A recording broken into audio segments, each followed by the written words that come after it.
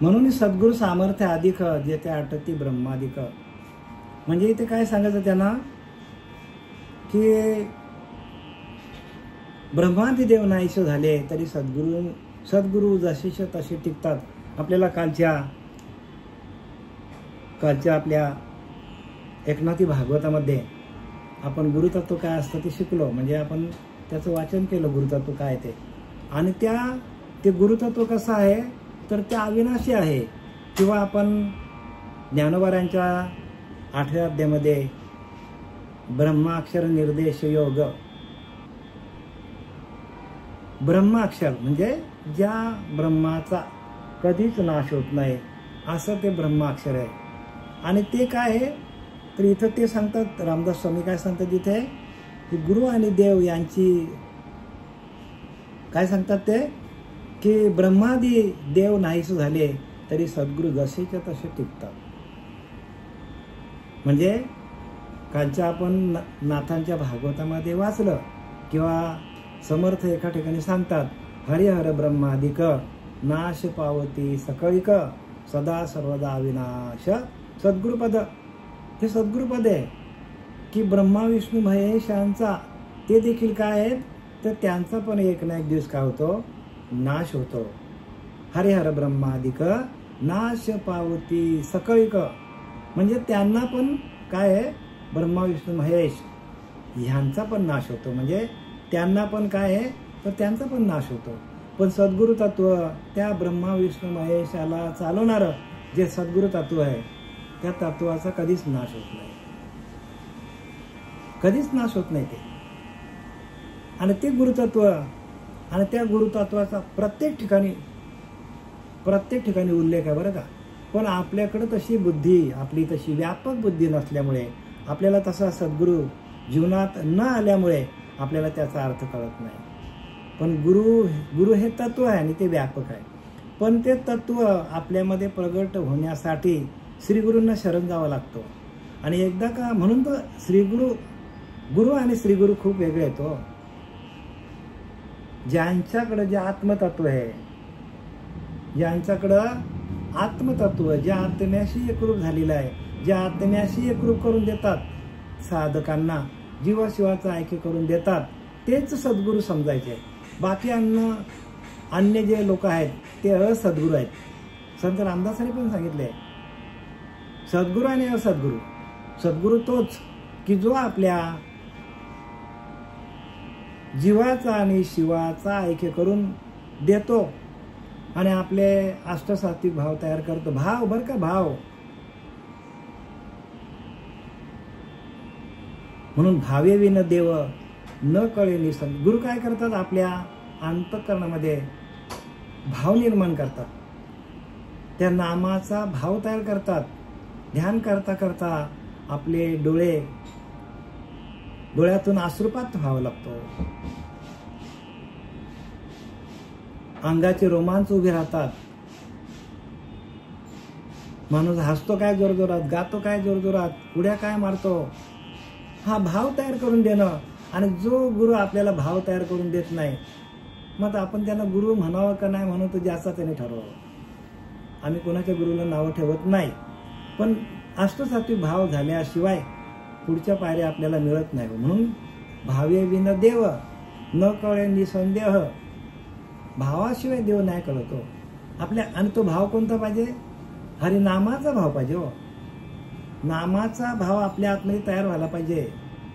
बाकी मंत्र वगैरे भरपूर आहेत आपल्याकडे, त्या मंत्रांचा भाव आपल्याला तेवढा पुरता होईल.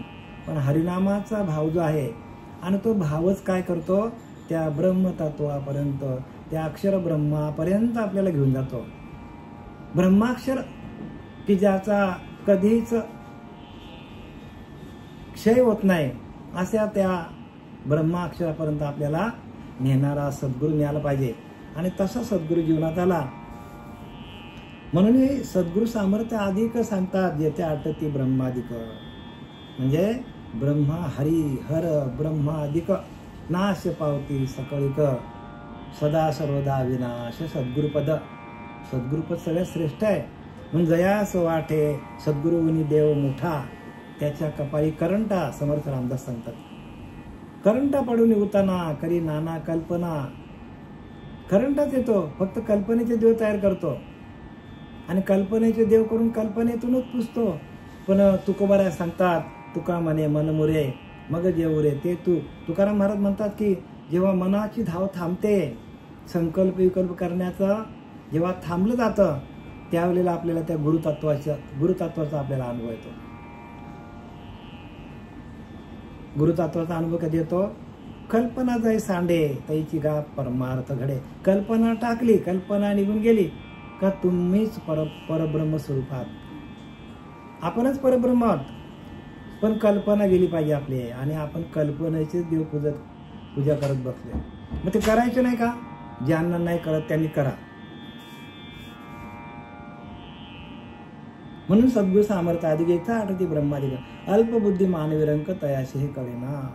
ज्याची बुद्धी अल्प आहे त्यांना हे कळत नाही. समर्थ रामदास सांगतात, अल्पबुद्धीची माणसं आहेत, ज्याची बुद्धी व्यापक झालेली नाही, जो ध्यान करत नाही, ज्याला साक्षात्कार आत्मसाक्षात्कार झालेला नाही, अशी अल्प बुद्धीची माणसं की जे गुरुला शरण गेले नाही.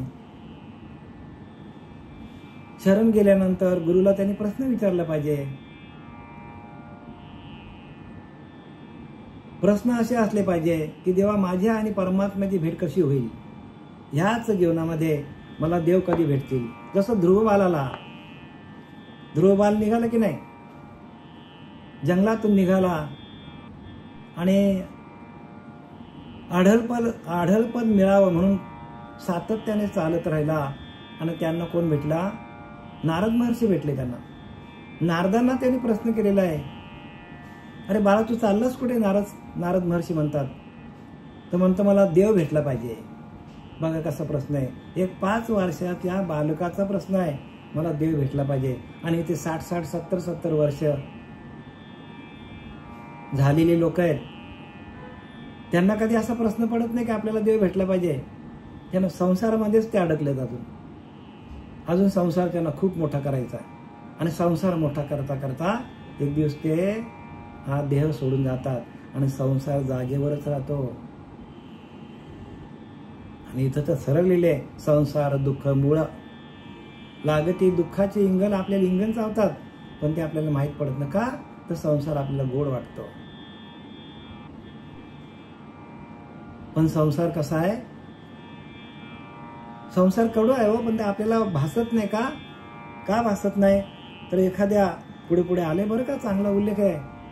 एखादा गाढव चिखलात लोळतो, त्याला गाढवाला चिखलातच लोळायला आवडतो. सुकर पूजिले विलेपणी म्हैसा मर्दिला चंदनी. बघा काय लिहिले, सुकर पूजिले विलेपणी. सुकर म्हणजे डुक्कर. त्या डुक्कराच्या अंगाला अत्तर लावला चांगला धुवून, तो जातो कुठे?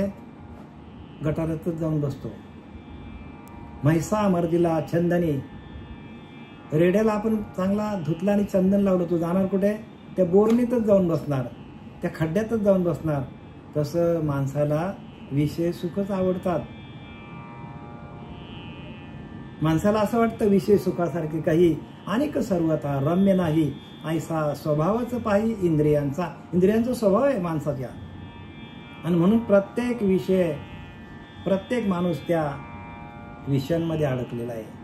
इंद्रियांना अनेक जन्मामध्ये हे इंद्रियांनी ते भोग भोगलेले आहेत आणि ते भोगच त्यांना आवडतात. ते निघायलाच तयार नाही तिथून. एकदा का भोगामधून निघलो आपण, तैसे भोगातून निघता चित्त मज माझी रिगथा, हळूहळू पंडू सुथा मीच उशी. 12 वाद्य सांगतो ज्ञानेश्वरीतला. तैसे भोगातून निघता. जोपर्यंत आपण भोगाच्या मधून निघत नाही, भोगांमुळे रोग आपल्याला लागतात. जेवढं जास्त भोग घेणार तेवढं रोग जास्त लागणार आपल्याला. प्रत्येक जीवाला बरं का, प्रत्येक माणसाला भोग आवडतात आणि मग शेवटीला हे भोगच काय करतात? भोगच रोग निर्माण करतात.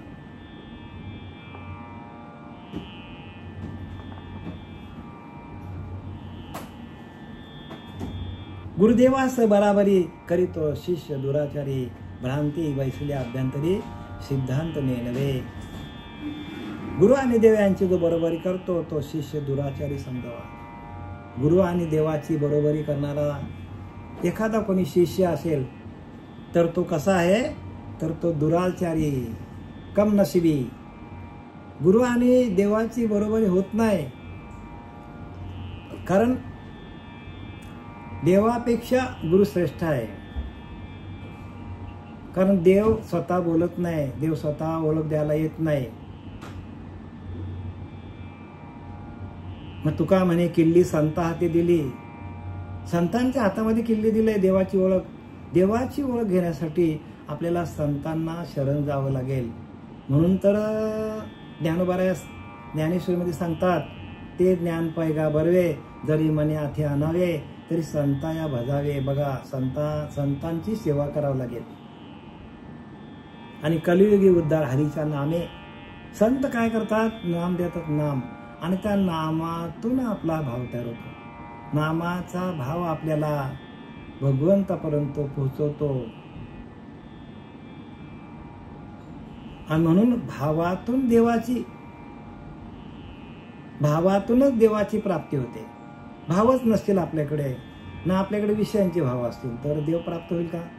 आपल्याकडे प्रपंचाची आपल्याला अडचणी आहेत, आपल्याकडे गुण प्रबल झालेले आहेत, आपलं मन इकडे तिकडे भरकटतो, आपलं मन विषयामध्ये अडकलेलं आहे, प्रपंचामध्ये अडकलेलं आहे, गुणांमध्ये अडकलेलं आहे, मोठेपणामध्ये अडकलेलं आहे. भगवंताची ओळख होईल का हो? भगवंताची ओळख अजिबात होणार नाही. म्हणून आपल्याकडं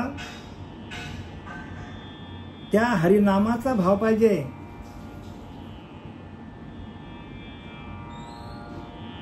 हरी हे 2 अक्षर मंत्रबीज आहेत. ते बीज मंत्रबीज येतो. हरी हाच मंत्र आहे, हरी हाच बीज मंत्र आहे. आणि त्या हरीची ओळख घेण्यासाठी आपल्याला श्री गुरूंना शरण जावं लागतो. म्हणून गुरुदेवा असं बरोबरी करीतो शिष्य दुराचारी. म्हणजे गुरुची बरोबरी करणारा जो शिष्य असतो तो दुराचारी समजावा. भ्रांती वैसले अभ्यंतरी सिद्धांत नेनवे. आणि असा तो का करतो गुरुला, गुरुपेक्षा देवाला श्रेष्ठ का समजतो तो, तर त्यासाठी दिलेले आहे त्याच्या मनात खोट्या भ्रमात्मक कल्पना घट्ट बसलेल्या असतात. म्हणजे देवाबद्दलच्या खोट्या कल्पना आहेत. हो, देव असा आहे, देव तसा आहे, देव तिथे, देव इथं पावतो, देव अमुक देवलात आहे, देव अमुक तीर्थामध्ये भेटतो. या भ्रामक कल्पना आहे सगळ्या. बघा, समर्थ रामदासांनी किती क्लिअर लिहिले आहे, एकदम स्पष्ट लिहिले आहे. या सगळ्या भ्रामक कल्पना आहेत. भ्रांतीची भूतं आपल्याकडे आहेत, मनाकडे. आणि कल्पना गेली मग कल्पना जय सांडे तैची गा परमार्थकडे. कल्पना टाकली की तुम्हाला देवाची प्राप्ती होईल. पण आपण कल्पना वाढतच चालल्यात आपल्या. कल्पना काय, प्रत्येक साधकाच्या कल्पना देवाबद्दल वाढत चाललेल्या आहेत. अंदाजे देव असा आहे, देव तसा आहे, देव अमुक ठिकाणी, देव तमुक ठिकाणी आहे, असं प्रत्येक माणसाला वाटतो. आणि मग तिथंच माणसाची फसगत होते. भ्रांती आहे की एक. आणि भ्रांती कशातून निर्माण होतो, कल्पनेतून. म्हणून हिचे केली या निर्मूलन ब्रह्मप्राप्ती. समर्थ रामदास सांगतात, या कल्पनेचं निर्मूलन केलं की ब्रह्माची प्राप्ती ताबडतोब आहे. हिचे केली, कल्पनेचे केली या निर्मूलन ब्रह्मप्राप्ती ताबडतोब तिथल्या तिथेच. कल्पना जात नाही ना आपल्या. आणि कल्पना घालवण्यासाठी कल्पना जाव्या आपल्या म्हणून हा दासबोध लिहिलेला आहे. आणि आपण कल्पनेचे देव पूजत बसलोय आपण प्रत्येक माणूस.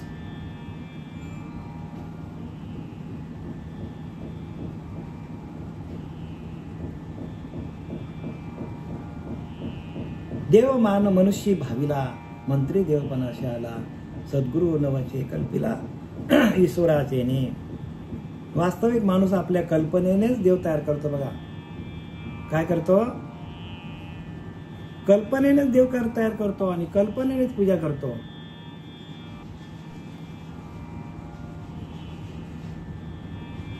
सगळा कल्पनेचा खेळ. आणि कल्पना कुठे आहे, त्या मनाकडे आहे.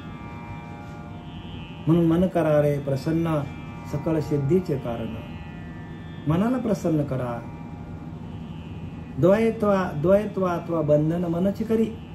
द्वैत भाव पण मनच करतो आणि अद्वैतामध्ये पण मनच जातो. म्हणजे सगळ्या कारणाला काय माहिती आहे का, सगळ्या गोष्टीला एकच कारण आहे की हे मन आहे ना, मन हे जे ज्याचं मन चंचल आहे, ज्याचं मन सातत्याने भरकटलं जातं, अशा मनाला भगवंताची प्राप्ती होत नाही. आणि म्हणून समर्थांनी लिहिलंय, ठाईच कोणी लिहिलंय, रामदास स्वामींनी लिहिलंय की एकांती उगेच बैसावे, त्याने हे समजून घ्यावे, अखंड ध्यावे, सांडावे प्रभंजनाशी. म्हणजे जो आपलं मन भरकटला जातो, मन का भरकटला जातो, तर मनाकडे कल्पना येतात. अनुभवाच्या गोष्टी सांगतो. ज्यावेळेला आपण ध्यानाला बसतो त्यावेळेला आपल्याकडे अनेक प्रकारच्या कल्पना येतात. अनेक जन्मामध्ये आपण जे जे विषय भोगल्यात ते विषय आपल्याला काय करतात, आपल्याला ध्यानाला बसून देत नाही. किंवा प्रपंचातल्या गोष्टी आपल्याला आडव्या येतात, व्यवहारातल्या गोष्टी आडव्या येतात, नोकरीतल्या गोष्टी आडव्या येतात. आपल्याला तेच विचार चालू होतात आपल्याकडे आणि माणूस चंचल होतो, स्थिर होत नाही. आणि जोपर्यंत स्थिरता नाही तोपर्यंत हे ज्ञान कल्पनेचीच पूजा करतात. सगळे लोक कल्पनेचीच पूजा करतात. कल्पनेपासून कल्पीला ठेवा, तेने पडे गोवा नेने हरी. नाथ बाबा सांगतात, कल्पनेपासून कल्पीला ठेवा, तेने पडे गोवा नेने हरी. कल्पनेपासून कल्पीला ठेवा.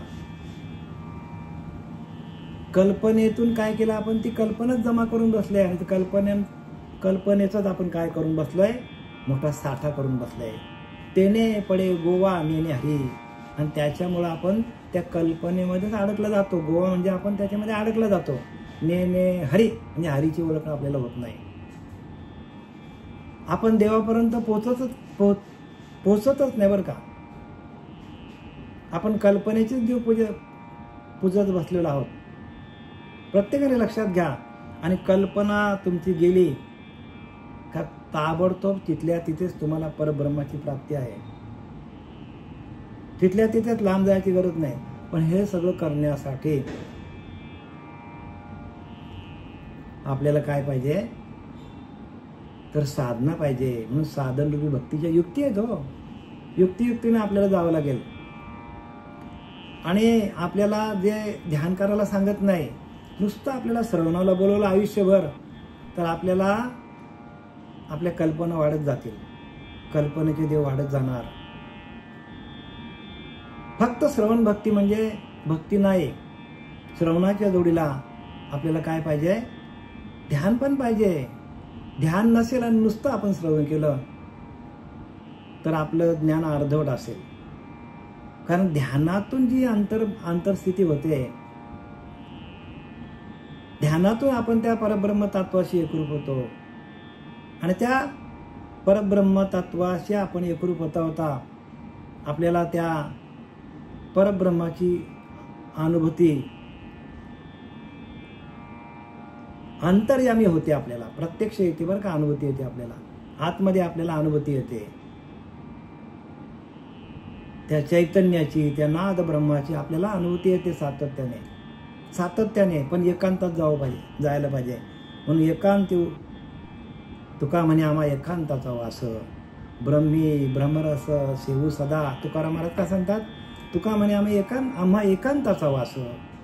म्हणजे आम्हाला एकांतामध्ये राहायला आवडतं. का, ब्रह्मी ब्रह्मरस सेवू सदा. त्या परब्रह्माशी एकरूप होऊन त्याचा अनुभव, त्याचा आनंद आम्ही काय करू, घेऊ. सेवू म्हणजे त्याचा अनुभव आम्ही घेऊ आणि त्या आत्मानंदामध्ये आम्ही रममान होऊ. तुका म्हणे आम्हा एकांताचा वास, ब्रह्मी ब्रह्मरस सेवू सदा. ब्रह्मरसाची गोडी आहे. आणि ती गोडी एकदा का तुम्हाला मिळाली का तुमचे विषय सळो पळो होतील.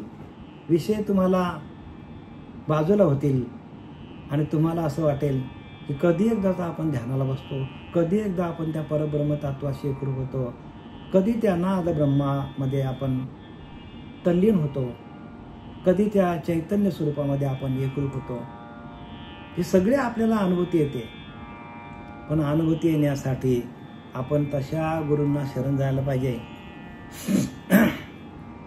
वास्तविक माणूस आपल्या कल्पनेने देव तयार करतो बघा, कल्पनेने देव तयार करतो. मंत्राने त्याला देवपणा आणतो बघा. आणि मंत्र कुठला तरी गुरु येतो ना, मंत्र देतो आणि मंत्राने त्याला देवपणा येतो. पण ईश्वराला सुद्धा सद्गुरूंची कल्पना करता येत नाही बघा. म्हणजे ईश्वराला पण सद्गुरूंचं तत्व कळत नाही.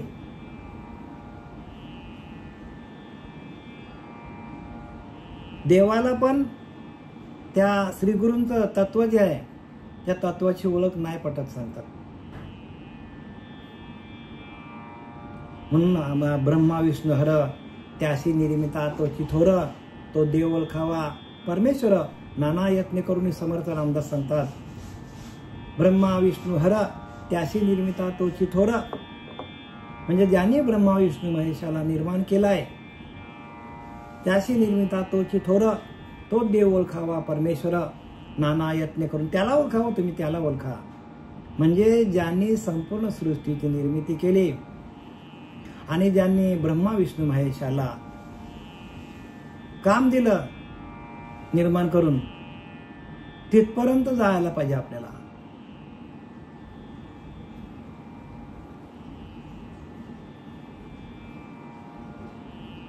आणि तिथपर्यंत जाण्यासाठी सगळे शास्त्र येते. म्हणजे तिथपर्यंत आपली धाव मजाल जायला पाहिजे, तरच आपल्याला सुटका आहे. संपूर्ण शास्त्र हेच सांगतो बरं का. वास्तविक माणूस आपल्या कल्पनेने देव तयार करतो, मंत्राने त्याला देवपणा येतो. परंतु ईश्वराला सुद्धा सद्गुरूंची कल्पना करता येत नाही बघा. ईश्वराला पण श्रीगुरूंची कल्पना करता येत नाही. म्हणजे श्रीगुरु तत्व आहे आणि ते कल्पनेच्या पलीकडे आहे. आणि म्हणून कल्पना जाई सांडे तैची का संन्यासी हो घडे. कल्पना टाकली का तुम्हीच देवात.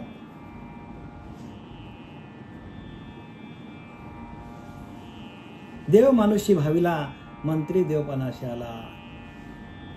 सद्गुरु नावाचे कल्पिला ईश्वराच्या. आणि बघा ईश्वरा काय लिहिलंय, ईश्वराला सुद्धा सद्गुरूंची कल्पना करता येत नाही. म्हणजे श्रीगुरु हे तत्व आहे आणि ते तत्व व्यापक आहे. आणि त्या व्यापकाला जाणण्यासाठी आपली बुद्धी, आपलं मन, आपल्याकडे विवेक हे व्यापक व्हायला लागेल आपल्याला.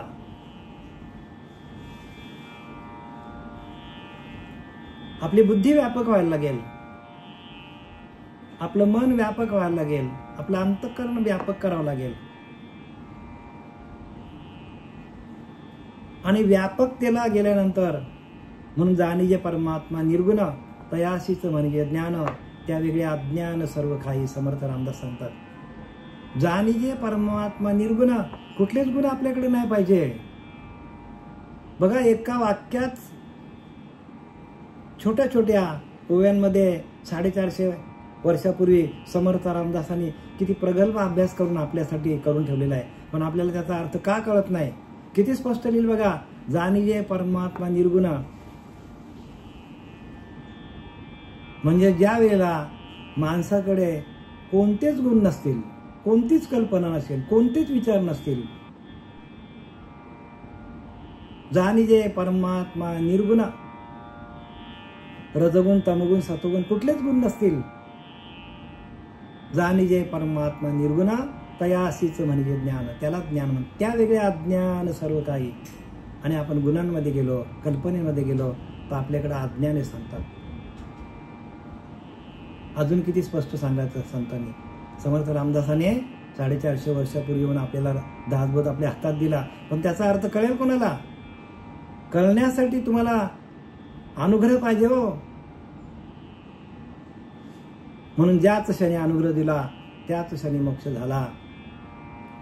समर्थ रामदासाने लिहिलंय, अनुग्रहाची प्रक्रिया तुम्हाला जमली, अनुग्रह देणारा श्रीगुरु तुमच्या जीवनात आला की त्याच क्षणी मोक्ष झाला. म्हणजे किती छाती ठोकपणे सांगतात रामदास स्वामी की तुम्हाला अनुग्रह दिल्या दिल्या तुम्हाला काय मोक्ष आहे. ज्याच क्षणी अनुग्रह दिला त्याच क्षणी मोक्ष झाला. बंधन काय आत्म्याला बोलवच नाही, आत्म्याला बंधनच नाही, बंधनच नाही हो, कुठल्याच प्रकारचं बंधन आत्म्याला नाही.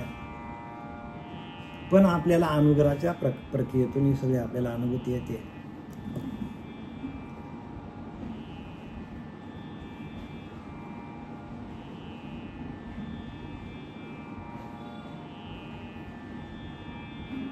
म्हणून सद्गुरू पूर्णपणे देवाहून अधिक कोटी गुणे. काय सांगितलंय? सद्गुरू पूर्ण आहे हो, सद्गुरू पूर्णपणे आणि देवाहून अधिक कोटी गुणे. बघा, देवापेक्षा कोटी गुणाने सद्गुरूंची महती आहे. देवापेक्षा कोटी गुणांनी सद्गुरूंना महत्व दिलेलं आहे. बघा, म्हणून सद्गुरू पूर्णपणे देवाहून अधिक कोटी गुणे, देवापेक्षा कोटी गुणाने श्रेष्ठ असा सद्गुरूंना एवढी मोठी पदवी दिलेली आहे. देवापेक्षा कोटी गुणांनी मोठा आहे. जयासी वर्णिता भांडणे वेदशास्त्री. त्या श्रीगुरु तत्वाला, त्या श्रीगुरूंना जाणण्यासाठी वेदांमध्ये भांडणं लागलेली आहेत. वेदांमध्ये आपापसात काय भांडणं चालू आहेत.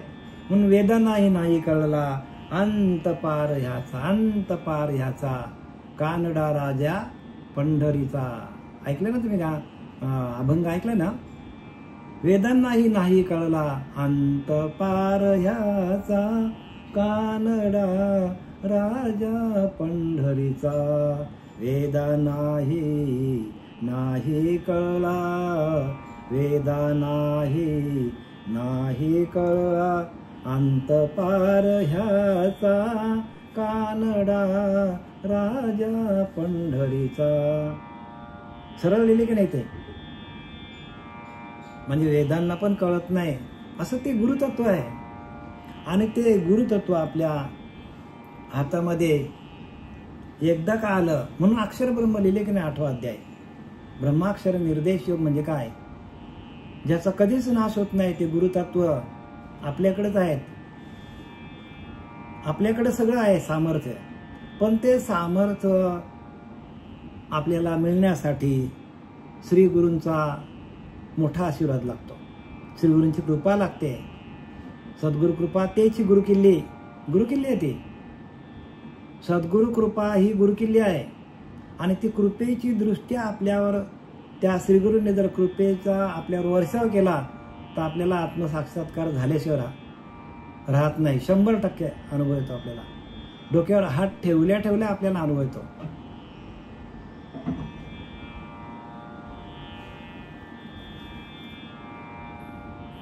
म्हणून सद्गुरू पूर्णपणे देवाहून अधिक कोटी गुणे. जयाशी वर्णिता भांडणे वेदशास्त्री लागली. असो सद्गुरू पदापुढे दुजे काहीच न चढे. बघा, सद्गुरू पदापेक्षा दुसरं काहीच मोठं नाही. देव सामर्थ्य ते केवढे माया जनित. बघा, देवांना पण मायेच्या कक्षेमध्ये टाकलाय. आपण भागवत वाचला, भागवतामध्ये दाखवलंय की नाही? भागवतामध्ये 23व्या अध्यायामध्ये सुरुवातीलाच सांगितलंय की इंद्रलोक त्याचा पण नाश आहे सांगितलं. इंद्रलोक, स्वर्गलोक, ब्रह्मलोक हे सगळ्या लोकांचा कसा आहे नाश होतो. माऊली लिहितात की नाही? तया पुण्याची पावटी सरे, इंद्रपणाची उटी उतरे आणि सवेची येती माघारी मृत्यूलोकी. मृत्यूलोकामध्ये परत यावं लागतं. आणि मृत्यूलोकातून त्या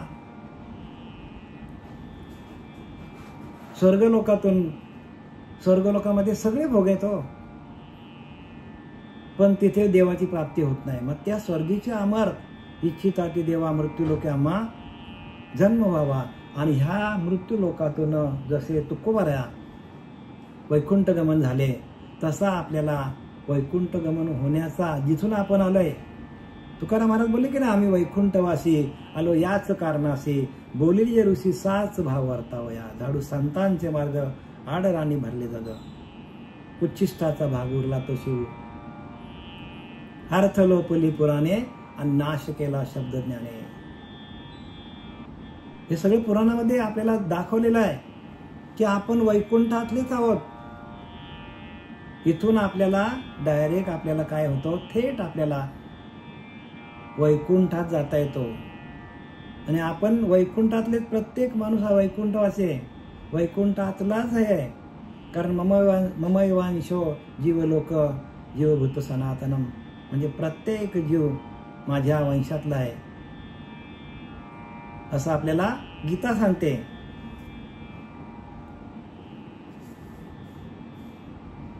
असो सद्गुरु पदापुढे दुजे काहीच नसडे. म्हणजे सद्गुरूंचं पद हे सगळ्यात श्रेष्ठ आहे. मी तुम्हाला म्हणून दाखवलं, हरिहर ब्रह्मादिक नाश पावती सकळिक सदा सर्वदा अविनाश. सद्गुरुपद, सद्गुरुपदांचा नाश, पदाचा नाश कधीच होत नाही. देव सामर्थ्य ते केवढे मायाजनित, देवांना पण मायेच्या कक्षेतच ठेवलेलं आहे. म्हणजे सद्गुरूंचा पद किती मोठा, उंच लेवलचा आहे. अहो सद्गुरु कृपा जयाशी, सामर्थ्य न चळे तयापाशी, ज्ञान बळे वैभवाशी, तृण तुच्छ केले. त्याच्यावर सद्गुरूची कृपा असते, त्याच्यावर इतर कोणाची सत्ता चालत नाही. ज्याच्यावर श्रीगुरूची कृपा झाली त्याच्यावर देवाची पण नाही सत्ता चालत, देवांची नाही, दानवांची नाही, कोणाची सत्ता चालत नाही. काय लिहिलंय, ज्याच्यावर सद्गुरूंची कृपा असते त्याच्यावर इतर कोणाची सत्ता चालत नाही. त्या कृपेने शिष्याला ब्रह्मज्ञान होतो. म्हणजे श्रीगुरूंच्या कृपेनेच शिष्याला ब्रह्मज्ञान होतं. आपल्या ब्रह्मज्ञानाच्या सामर्थ्याने तो साऱ्या वैभवाला पदार्थ मानतो. बघा,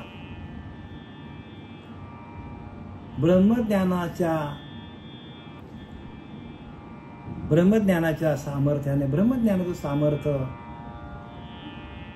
शिष्याकडे आलं, साधकाकडे आलं, तर तो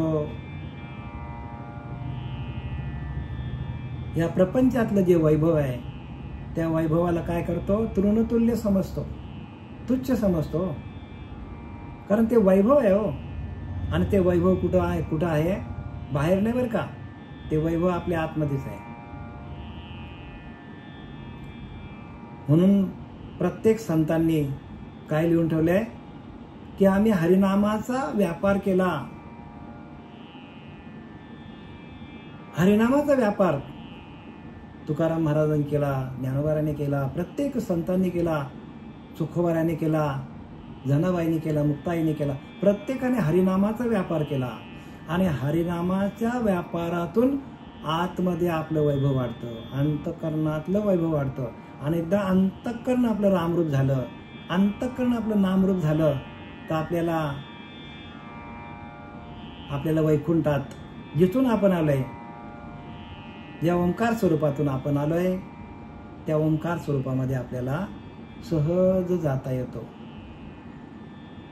एवढी या नामाची शक्ती आहे. आणि ती शक्ती आपल्याला मिळावी म्हणून आपल्याला श्रीगुरूंकडे जायला पाहिजे.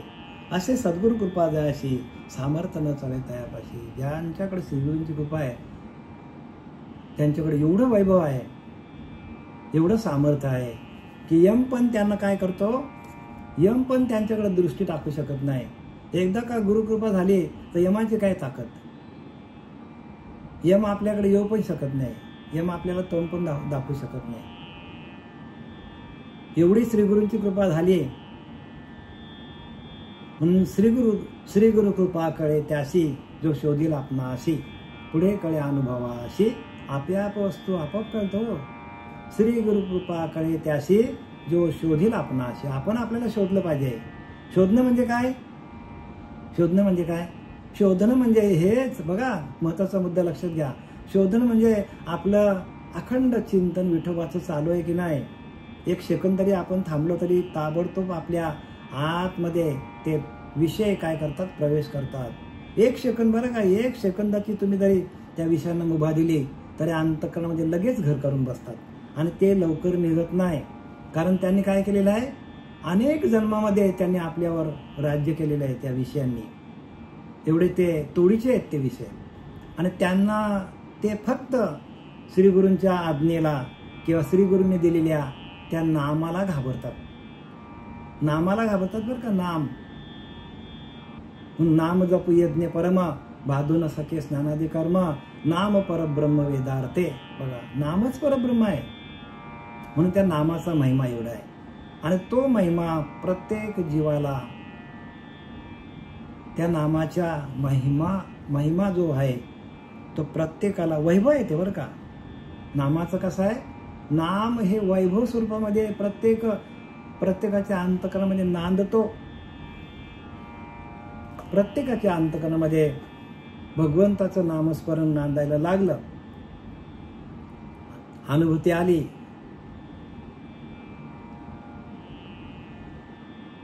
त्या नामाची अनुभूती प्रत्येक जीवाला आली, तर प्रत्येकाचं अंतःकरण, प्रत्येकाचं मन रामरूप होऊन जातो.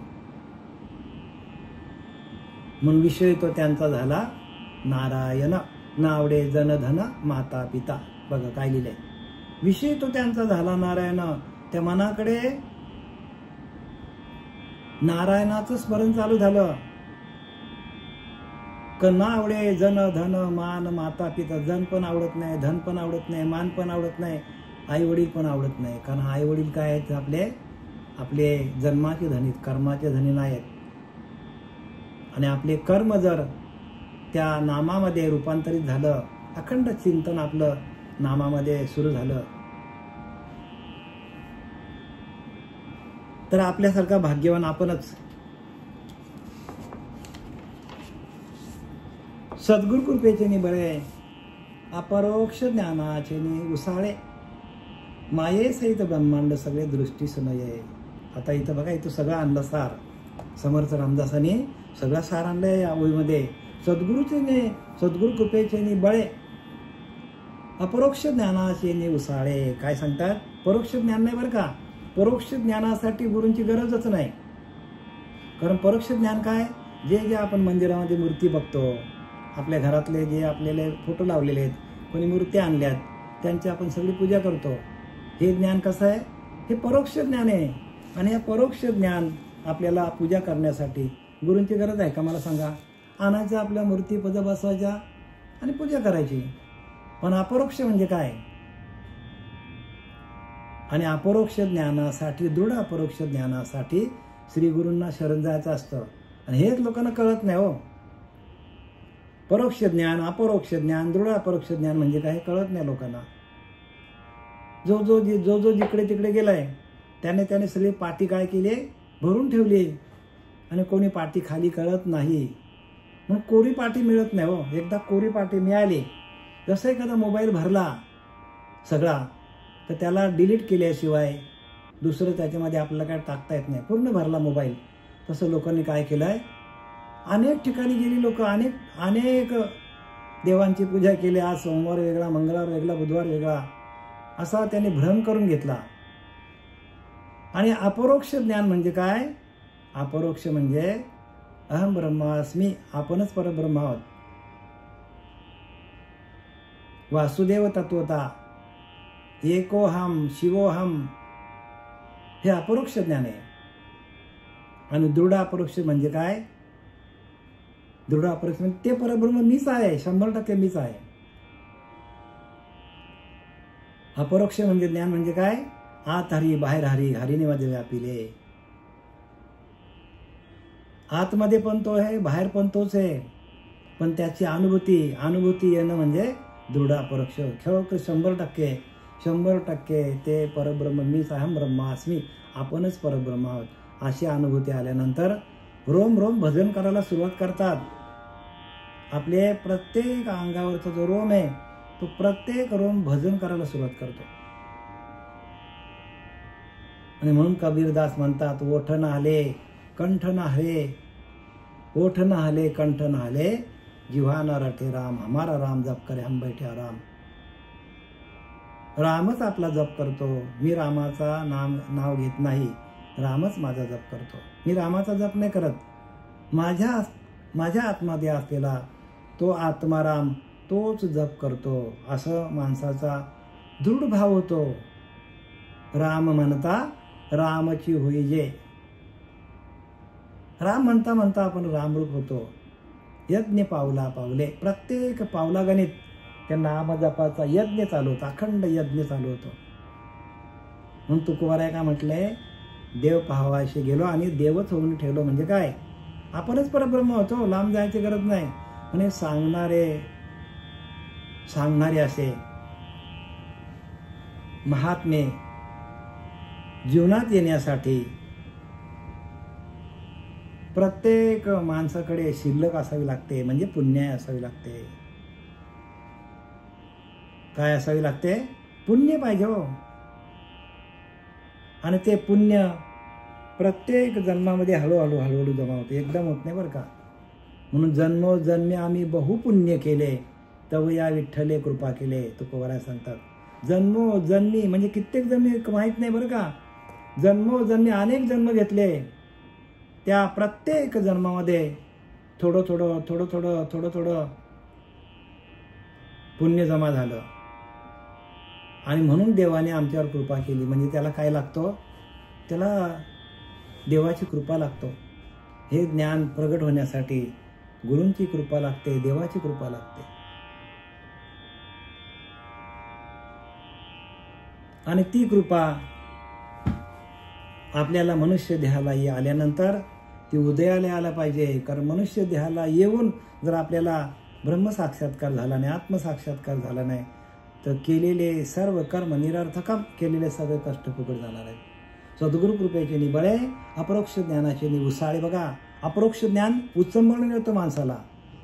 उसाळे म्हणजे हसतो काय, रडतो काय, गातो काय, श्रीगुरूंनी डोक्यावर हात ठेवल्या ठेवल्या ते प्रगट होतो, आपली कुंडलिनी जागृत होते. आणि मायेसहित ब्रह्मांड सगळे दृष्टीस नये, मायाच ब्रह्मरूप होऊन जातो. मायेसहित ब्रह्मांड सगळे दृष्टीस नये, म्हणजे जे दिसतं, जे आपल्याला दिसतं, यद दृष्टम तन नष्टम, जे दिसतं त्याचा नाश होतो. आणि फक्त परमात्मा दिसायला लागतो. जिकडे बघाल तिकडे परमात्मा पांडुरंग दिसायला लागतो. जिकडे बघाल तिकडे त्या झाडामध्ये, त्या उंदरामध्ये, मांजरामध्ये, कुत्र्यामध्ये, चिमणीमध्ये, कावळ्यामध्ये, गाढवामध्ये सगळीकडं परमात्मा भरलेला दिसला संतांना. आणि ती संतांची आत्मस्थिती झाली. आणि म्हणून त्यांनी हे सगळे शास्त्र लिहिले. आणि तशी आपली दिव्य दृष्टी व्हायला पाहिजे. आणि ती दिव्य दृष्टी देण्याची शक्ती कोणाकडे असते, त्याला म्हणतात तिसरा डोळा, शंकराचा तिसरा डोळा. म्हणून आदिनाथ गुरु सकळ सिद्धांचा, ही परंपरा आहे बरं का. ह्या परंपरेमध्ये आपण आलो तर आपल्याला हे ज्ञान होणार आहे. आदिनाथ गुरु सकळ सिद्धांचा, सगळ्या सिद्धांचा गुरु कोण आहे, भगवान शंकर आहे. आणि तिथून ही परंपरा आली. आणि त्या परंपरेमध्ये आपण गेलो तर आपल्याला दासबोधाचा खरा अर्थ कळेल, ज्ञानेश्वरीचा खरा अर्थ कळेल, भागवताचा खरा अर्थ कळेल, गाथांचा खरा अर्थ कळेल. नाही तर मग काय, आपण परोक्ष ज्ञानामध्ये अडकून जाऊ. इथं अपरोक्ष ज्ञान पाहिजे आणि दृढ अपरोक्ष पण पाहिजे. आणि ह्याच जन्मात ते आपल्याला ज्ञान व्हायला पाहिजे. कारण आपल्याला नरदेह मिळालेला आपल्याला आहे आणि त्याच्यासाठीच हा नरदेह मिळालेला आपल्याला. भगवंताच्या प्राप्तीसाठीच आपल्याला नरदेह मिळालेला आहे. आणि इतर योनीच्या ठाई हा विचारच नाही. इतर योनीच्या ठाई भगवंताला प्राप्त करण्याची दिलेलीच नाही, मुभाच दिलेली नाही. फक्त मनुष्य देहाला आलो तर आपल्याला देवाची प्राप्ती होते. इतर योनीच्या ठाई देवाची उपासना करण्याची भगवंताने ती बुद्धीच दिली नाही त्यांना. ऐसे सत्शिष्याचे वैभव सद्गुरु वचनी दृढ भाव. बघा काय सांगितलंय, अशी सत्शिष्याची अवस्था होते की सगळीकडे परमात्मा दिसायला लागतो, पण सद्गुरु वचनी दृढ भाव. सद्गुरूने दिलेल्या वचनावर, सद्गुरूने दिलेल्या नामावर आपला दृढ भाव असला पाहिजे. तेने गुणे देवराव सोयेची होती. काय सांगितलंय,